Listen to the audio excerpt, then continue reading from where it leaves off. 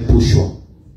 Mimi naongelea watu ambao kwa katika Mlima Sayuni ambao wameshaepushwa, ambao wameshakombolewa. Wameshakombolewa.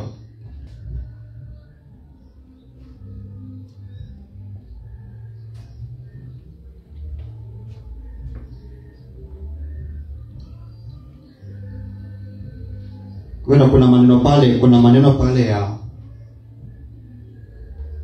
kuna neno pale wholeness. Wholeness mpaka Kiswahili ni takatifu.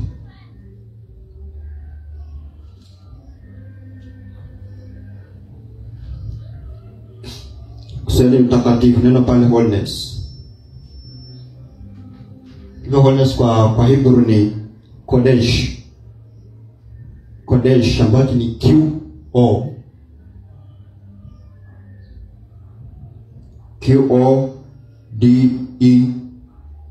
QODESH. QODESH, Kodesh. Wholeness kwa Hebrews. QODESH.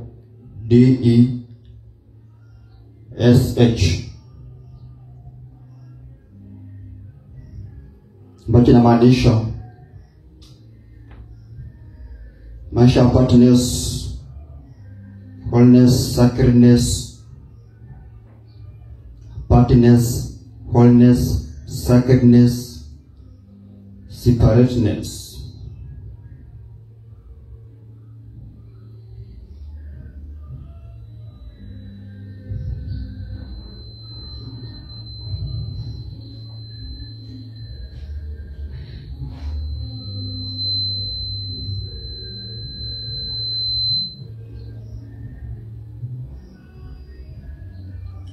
Partners, separateness na sacredness. Wacho ni kodesha ambacho ni wholeness ama utakatifu. Kwa unapata kwamba baada ya kumaanisha kwamba katika Mlima Sayuni kutoka hapo na watu watakatifu. Watu ambao wameshafanywa watakatifu.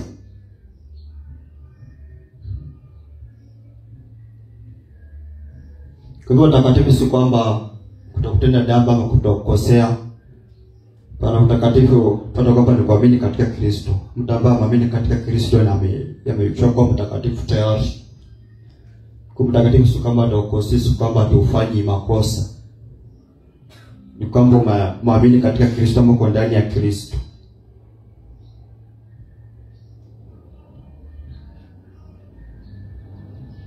Kwa nasema Paul Mwanuzalo shall be deliverance, there shall be wholeness. And the house of Jacob shall possess their possession. Kwa hiyo possession pale azungumzia mali ama na kadhalika kama pesa. Possession ameongelea kwa ambayo ni utakatifu.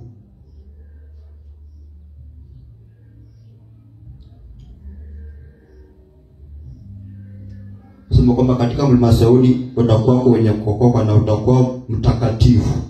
Na nyumba ya Yakobo watamiliki miliki zao.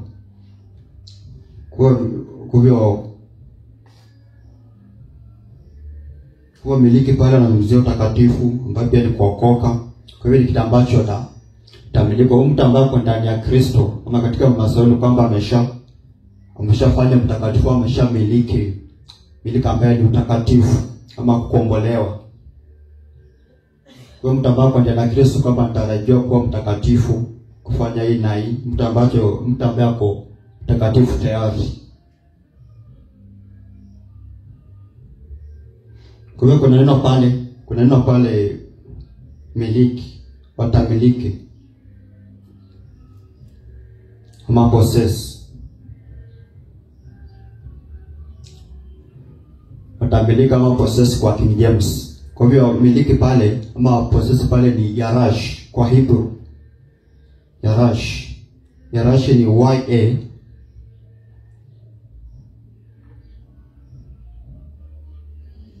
Yarash ni YA RASH.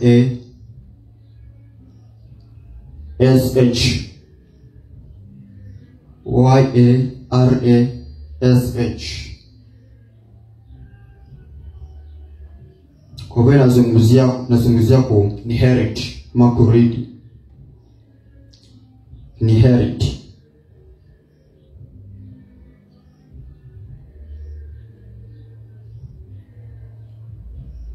Kwa hivyo nazungumzia kitu ambacho kinahusu ile mtu ambako ndani ya Mlima Sayuni ama kwa ndani ya Kristo. Kwa kile ambacho mtu ambako ndani ya Mlima Sayuni ameshamiliki tayari. Kama ni kitu ambacho ako nayo tayari.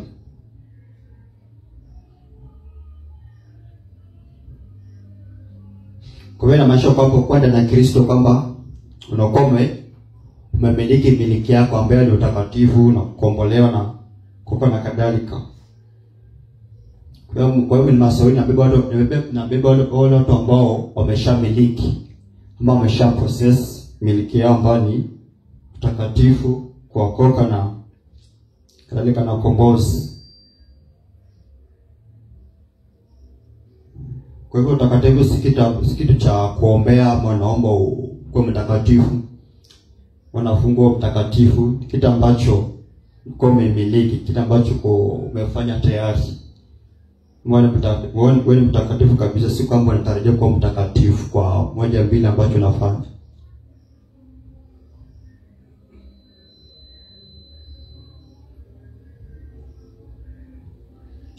Kwa hiyo unapata kwamba ukombozi ni ya watu. Watu wanafanya ukombozi. Kwa hivyo ukombozi si matukio ama activity.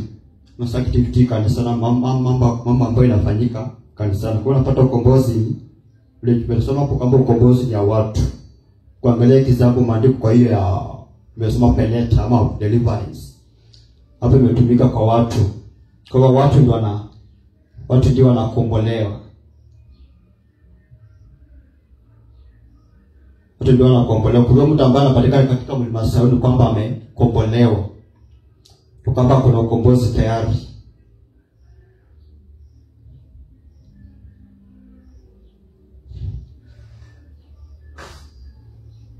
Kwa hiyo unapata kwamba ukombozi kitu ambacho kinaombwa, na kitu ambacho nafunga ili upokee, na kitu ambacho tarajia kuwa nayo. Kwa hiyo unapata kwamba ukombozi ni mtu ambaye kwa ndani ya Kristo ameshakombolewa, ni kitu ambacho anakimiliki. Kwa hiyo ukombozi pia unatumika kwa watu tofauti pia kwa Biblia. Pia lingana na muktadha. Tunazungumzia ukombozi gani?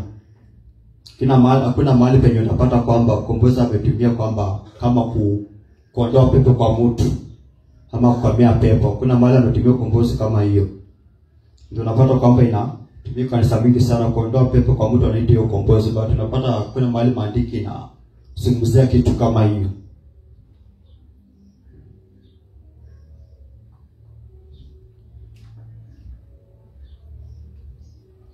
Kwa hiyo unapata wale ambao kwa ndani ya Kristo wameshamiliki ukombozi ama wameshakombolewa. Kwa hiyo watu ambao wameshafanywa watakatifu, watu ambao wameshaepushwa,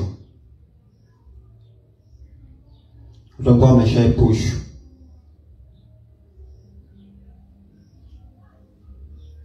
Kwa hiyo kuna mambo mbili ambapo nataka tuzingatie kwamba baadaye kumaanisha kwamba katika Mlima Sayuni kutoka na watu watakatifu.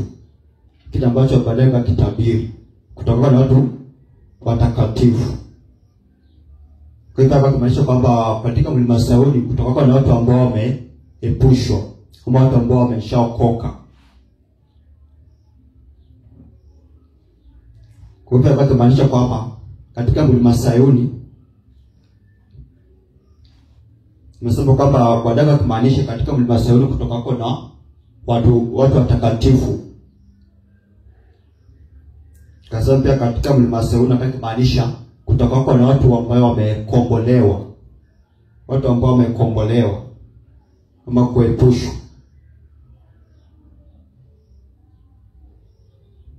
Kwa hiyo unapata mtu ambaye kwa ndani ya Kristo ni mtu mtakatifu, mtu ameshakombolewa, ndio mtu ameshaepushwa. Kwa hivyo si kitu ambacho anakitarajia kupokea baada ya kuokoka bali kuokoka ni kufanyike kwamba umekuwa mtakatifu, kwamba umeepushwa, kwamba umeokoka, kama umekombolewa. Kwa hivyo si kitu ambacho unakuja kanisani unatarajia upokee, ama si kitu ambacho kwenda na Kristo unatarajia siku moja kwamba utafanya mtakatifu ama utakombolewa. Kitu ambacho umekimiliki ndani ya Kristo.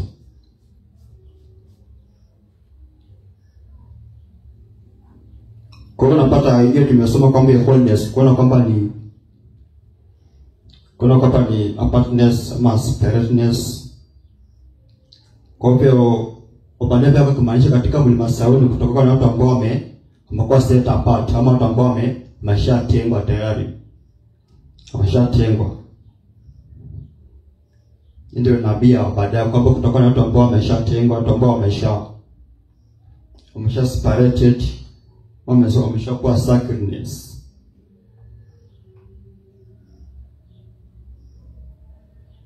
Kwa hivyo kuwa katika mlima Sayuni maanisha kwamba umeshakuwa set apart, kwamba umeshatengwa tayari.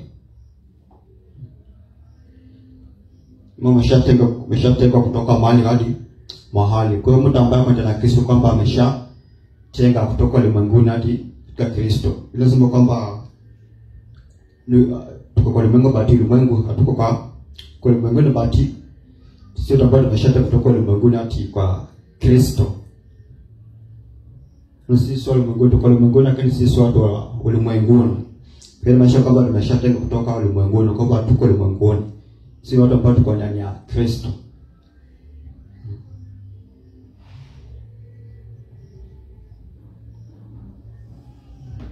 Kwa hivyo kwa katika mlima Sayuni ni kwamba umeshachaguliwa, umeshakuwa selected, umeshakuwa set apart kwa sababu ya kusudi la Mungu, kwa sababu ya mpango wa Mungu. Kwa mlima Sayuni kwamba umeshakombolewa, umeshawekwa huru. Kwa hivyo si kwamba mtu ambaye kwa mlima Sayuni atarajia kuwekwa huru ama atarajia kukombolewa. Mtu ambaye ameshika huru tayari, shika huru milele.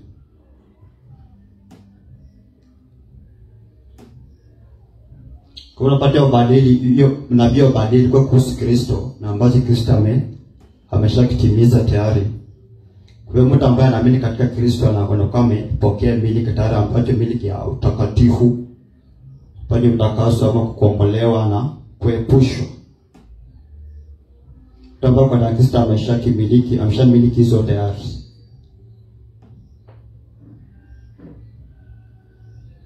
Kuna neno pale Sayuni ama Zion. Kuna neno Sayuni ama Zion kwa Kiingereza. Kwa hivyo Sayuni ama Sayuni imetumika mara 152 kwenye Biblia. Imetumika mara 152 hadi 155.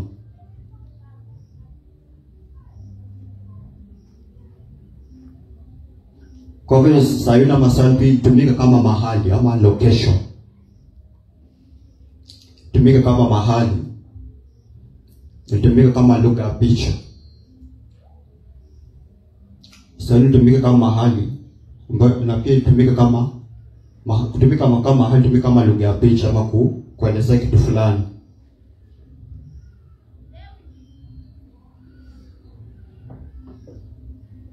Kwa hivyo Sayuni pia imetumika kama kuangalia, itumika kama Yerusalemu.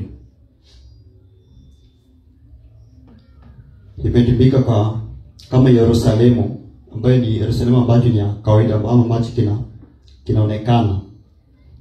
Kwa hiyo napata itumika kama Yerusalemu kwa lugha ya picha.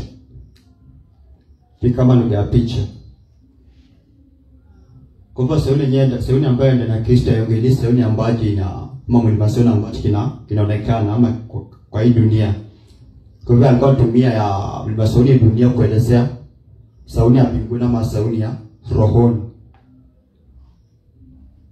Kwa hivyo wacha tuangalie penye Sayuni imetumika kwa Samueli wa pili kuanzia 5. 2 Samuel 5:7.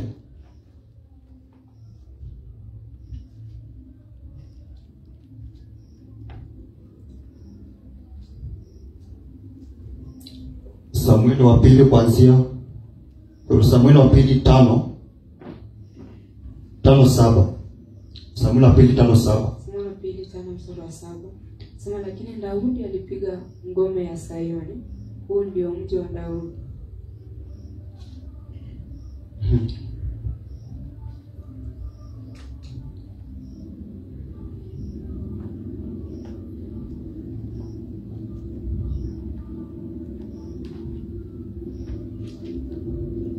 Nifika pale. Samueli wa pili 5:7 anasema kwamba lakini Daudi alipiga ngome ya Sayuni, huu ndio mji wa Daudi. Kwa hivyo Sayuni pale mtumika kama mji wa Daudi. Kwa hivyo alikuwa anaongelea Sayuni ambacho kinaonekana kama physical. Kwa hivyo Sayuni mtumika kama mji wa Daudi.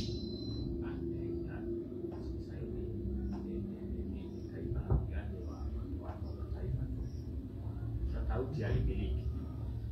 Unajua si wafalme ilikuwa ni kupika ngome kuwa huo mtu unakuwa ni wa kwako sasa. Sawa, Israeli kuwachukua ni sawa na kuwateka ni sawa na kuchukua mji wa Sayuni, kwamba iwe taifa hiyo ikuje pande ya Mungu. Ufalme uwe ni umemilikiwa na Mungu sasa. Sasa Daudi aliteka pika ngome zake. Manake alichukua ule mji. Unajua ukishachukua watu wanakuwa chini ya manake ndani ya Kristo, napo sawa na kuwahubiria watu wengine. Ukisema kama tumeteka kijiji cha Kamangwani, tumekichukua, manake tumekitiisha kwa neno la watu wameokoka. Kwa hivyo James anasema nevertheless David took the stronghold of Zion, the same is the seat of David. Kwa hivyo Zion tumetumika kama mji wa Daudi. Tumika kama mji wa Daudi.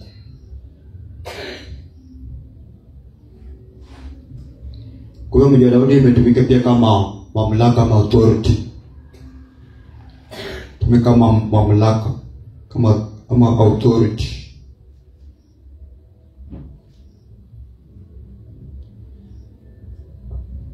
Kwa hivyo tusome pia ni First King chapter 8 verse 1. First King chapter 8 verse 1.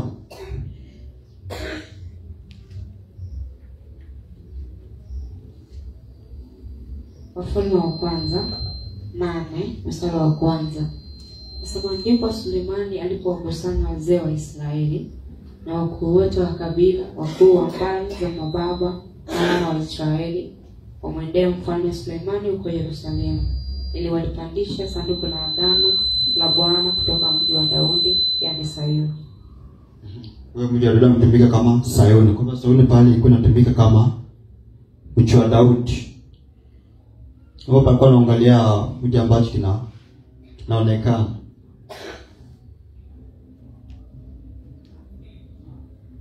Wewe kuna First Chronicle chapter 11 verse 5.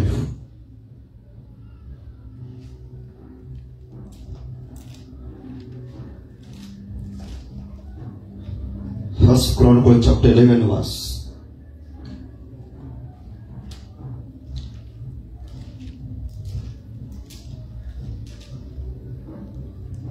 Mambo ya Nyakati wa kwanza 11 5 mstari wa 5 mpaka 7. Mstari wa 5 anasema hivi: nao wenyeji wa Yebusi wakamwambia Daudi, utaingia humu. Walakini Daudi akaitoa ngome ya Sayuni, huu ndio mji wa Daudi. Mstari wa 6 anasema basi naye Daudi akasema, mtu yeyote atakaye kuwa wa kwanza wa kuwapiga wa Yebusi, yeye atakuwa mkuu wa jemandari. Naye wa kwanza aliyepanda ni Yoabu mwana wa Seruya, naye akawa mkuu. Basi Daudi akakaa ngomeni, kwa hiyo huita mji wa Daudi. Kwa hiyo unapata Sayuni imetumika kama mji wa Daudi. Mji wa Daudi. Kwa unapata katika mji wa Daudi ama Sayuni ndio kuna mamlaka ya Daudi, ni penye anaamua vitu ama anaamua mambo. Kuna pale pia Second Chronicle chapter 5 verse 2. Second Chronicle chapter 5 verse 2. Mambo ya Nyakati wa pili 5 mstari wa 2. Sasa ndipo Sulemani alipowakusanya wazee wa Israeli na wakuu wote wa kabila, wakuu wa mbari za mababa wa wana wa Israeli huko Yerusalemu, ili walipandisha sanduku la agano la Bwana kutoka mji wa Daudi, yaani Sayuni. Mji wa Daudi yaani Sayuni. Kwa mji wa Daudi tumike kama Sayuni. Kitu ambacho kinaonekana hadi Sayuni ambacho kinaonekana. First King 8:1 ni sawa na Second Chronicle 5:2. Iko sawa kabisa. Pia Second Samuel na First Chronicles. Yeah. Kwa hivyo nilikuwa natumia Sayuni kuelezea ni mji wa Daudi tumike kama Sayuni. Sasa unajua Daudi alimteka mji akauchukua Kwa imiliki.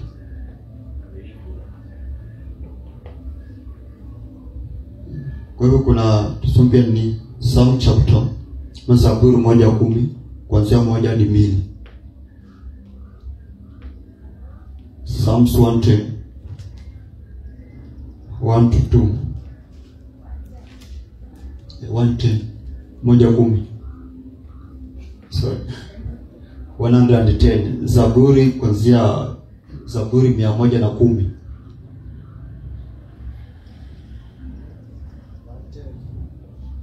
Yeah, 110. Zaburi 110 kuanzia 1 hadi 2. Zaburi 110 mstari wa kwanza nasema, neno la Bwana kwa Bwana wangu, ukita mkono wangu wa kuume, hata niwafanyia adui zako kuwa chini ya miguu yako. Mstari wa pili, Bwana atanyosha toka Sayuni fimbo ya nguvu zako, uwe na enzi katika adui zako. Kwa sababu Bwana atanyosha kutoka Sayuni fimbo. Kwa hapo pia kwa anazungumzia bado Kristo. Kwa anazungumzia Kristo.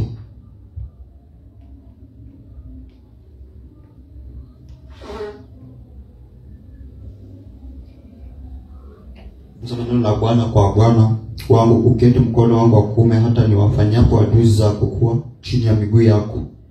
Bwana atainyosha toka Sayuni fimbo ya nguvu zako, uwe na enzi katika adui zako. Kwa unapata hivyo sitoka nimzia Kristo.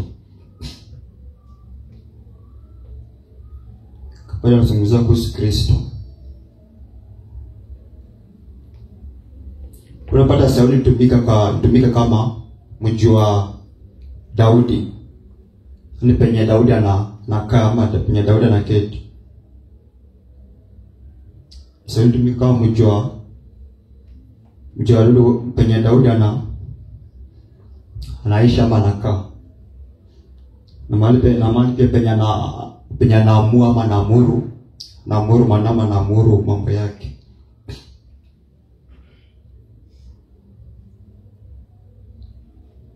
Kwa hivyo Sayuni kwa inarejea penye Daudi anaishi ama penye Daudi anakaa. Kwa hivyo Sayuni ni mali. Sayuni anarejea penye Daudi anakaa. Na Sayuni pia inarejea penye mfalme anakaa. Ni mfalme anakaa.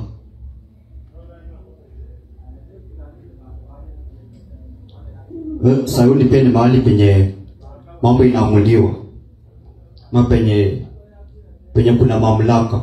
Sayuni anarejea penye kuna mamlaka, mambo inaamuliwa.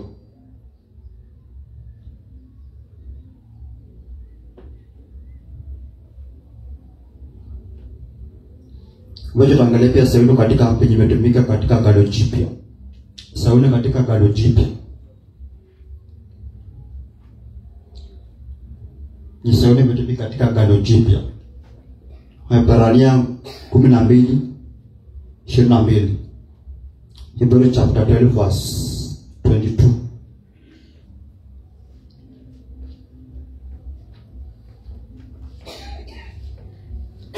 Waebrania 12 mstari wa 22. Nasema, bali ninyi mnafikiria mlima Sayuni na mji wa Mungu aliye hai, Yerusalemu wa mbinguni, na majeshi ya malaika elfu nyingi, na mkutano mkuu wa kanisa. Endelea mpaka 24. Nasema hivi, bali ninyi mnafikiria mlima Sayuni na mji wa Mungu aliye hai, Yerusalemu wa mbinguni, na majeshi ya malaika elfu nyingi, mkutano mkuu na kanisa la wazaliwa wa kwanza walioandikwa mbinguni, na Mungu mwamuzi wa watu wote, na roho za watu wenye haki waliokamilika, na Yesu mjumbe wa agano jipya, na damu ya kunyunyizo inenayo mema kuliko ile ya Abeli. Kwa hivyo anasema kwamba bali ninyi mmefikiria mlima Sayuni na mji wa Mungu aliye hai, Yerusalemu wa mbinguni. Kwa hivyo mlima Sayuni ni mzungumza kama pale mji wa Mungu aliye hai, ambaye pia anazungumzia kama Yerusalemu wa mbinguni. Kwa mlima Sayuni mji wa Mungu aliye hai, pia ni Yerusalemu wa mbinguni. Yerusalemu wa mbinguni. Kwa ametumia kwamba ametumia mlima Sayuni ambacho kinaonekana kuzungumzia kile ambacho kinaonekana kama Yerusalemu wa mbinguni ama ya rohoni.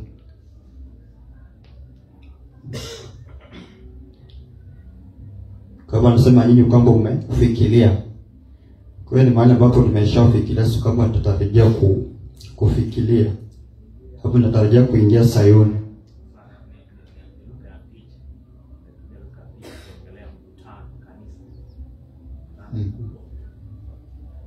Mji wa Mungu ni watu. Wala upatia naongelea kwamba kunakuwepo na watu waliokuwa watu ambao wameokoka.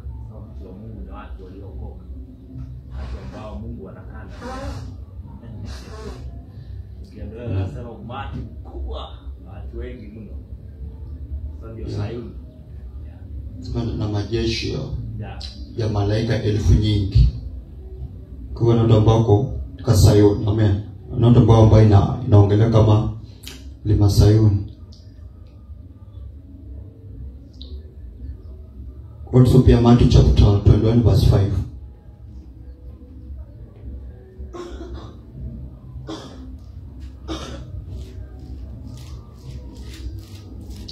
Matthew 21 verse 5. Mathayo 21 mstari wa 5. Sasa mwambieni binti Zayuni, tazama mfalme wako anakuja kwako, pole, naye amepanda punda na mwanapunda, mtoto wa punda. Kwa hiyo anasema kwamba mwambieni binti Sayuni. Kwa hiyo Sayuni pale imetumika kama binti wa Sayuni, unaangalia watu. Kwa hiyo napata hili nikuka kitabu cha Zakaria 9:9. Ndiko katika Zakaria 9:9. Kuna pale unabii ambacho kimeshatimiza ama kimesha kwa fulfilled kaka jipya.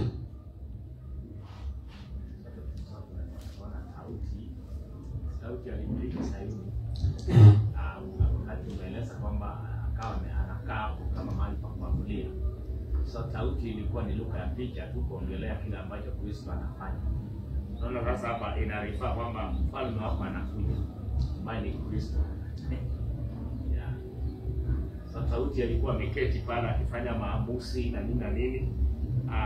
Alikuwa ni lugha ya picha kwa kile ambacho Kristo anakuja kufanya. Maana ukiangalia kwa Agano Jipya inazungumzia sasa mfalme si sauti. Yeah.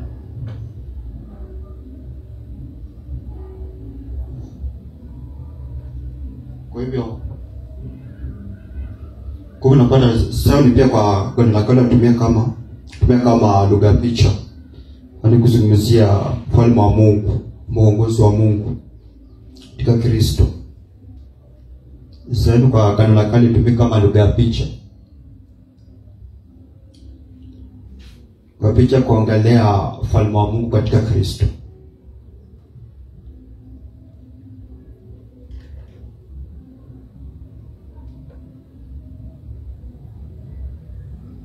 Soma Romans chapter 9 verse 3. Sayuni kwa kitabu kwa Agano la Kale Sayuni tumika kama lugha ya picha kuongelea ufalme wa Mungu katika Kristo. Sayuni katika Agano la Kale tumika kama lugha ya picha kuongelea ufalme wa Mungu. Ufalme ni maana kwamba mamlaka wa Mungu, muongozi wa Mungu katika Kristo. Sema Warumi 9:33, Romans 9:33.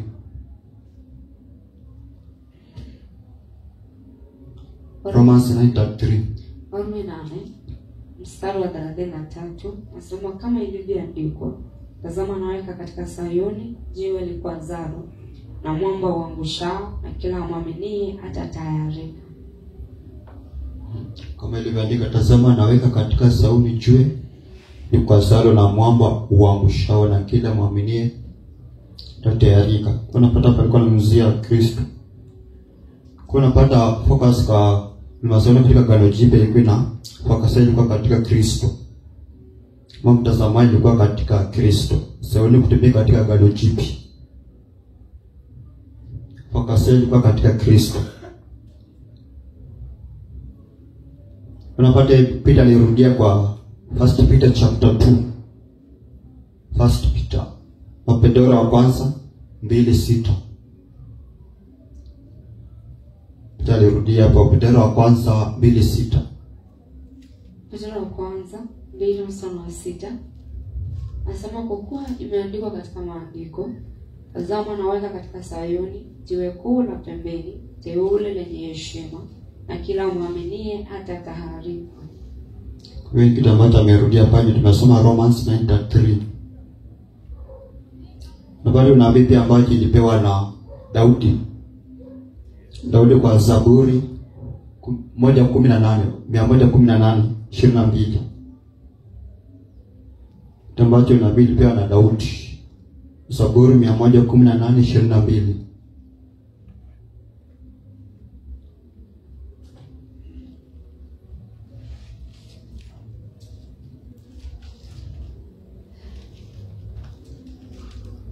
Zaburi 118:22.